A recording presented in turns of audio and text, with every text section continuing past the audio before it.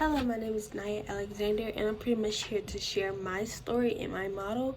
My story was Misfortune. I'll give you a little summary behind it. It's pretty much about these two best friends who went to the carnival just to have some fun, and they find a fortune teller in a tent. So they decide to go to her, trying to see their fortune, their past, their future, all that.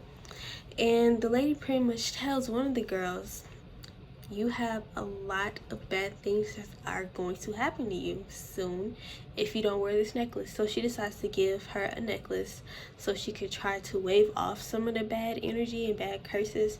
So the girl decides to take it, she wears it, and pretty much almost immediately all these bad things started happening to her. Her oven randomly caught on fire. She started getting these threatening calls and messages. Someone told her best friend that she didn't like her anymore. She was losing friends. So she decides to go back to the carnival to go give the lady back the necklace because she believed that the necklace was giving her all the bad energy. So she goes back to the carnival and the lady is gone, so she has to figure out other ways to get rid of the necklace. She tries burying it, she tries to do everything, and she pretty much just had to find the lady again, and it took her a minute. It's a whole chapter book. It was really exciting to me as a kid. So I decided to make a fortune teller ball. Now mine is not like a regular fortune teller ball. I decided to paint a little bit of nature and act like that's like the future of us. But I believe this could be used for any story, honestly. And my standard was actually a second grade standard, which was to understand and apply media's techniques and processes of three-dimensional art. More importantly, standard B, which was create clay objects incorporating multiple clay techniques and methods like pinching the clay, scoring it.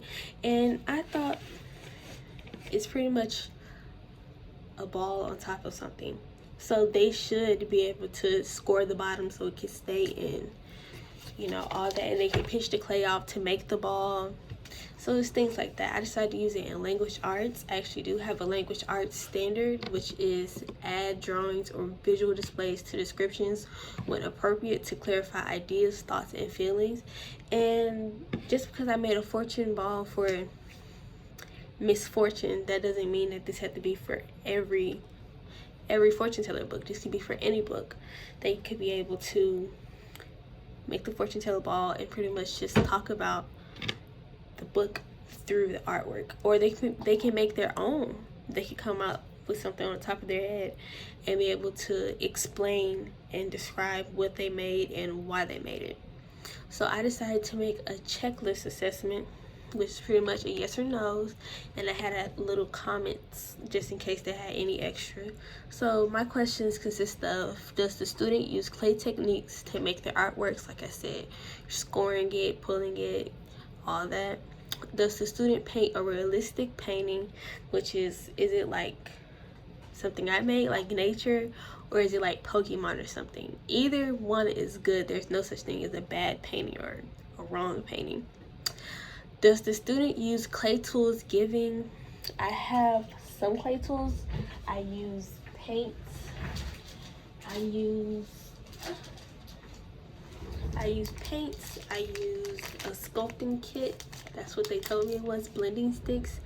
I use pretty much a little bit of everything. So I would give the students the same thing. And are the students able to explain emotions behind the artwork?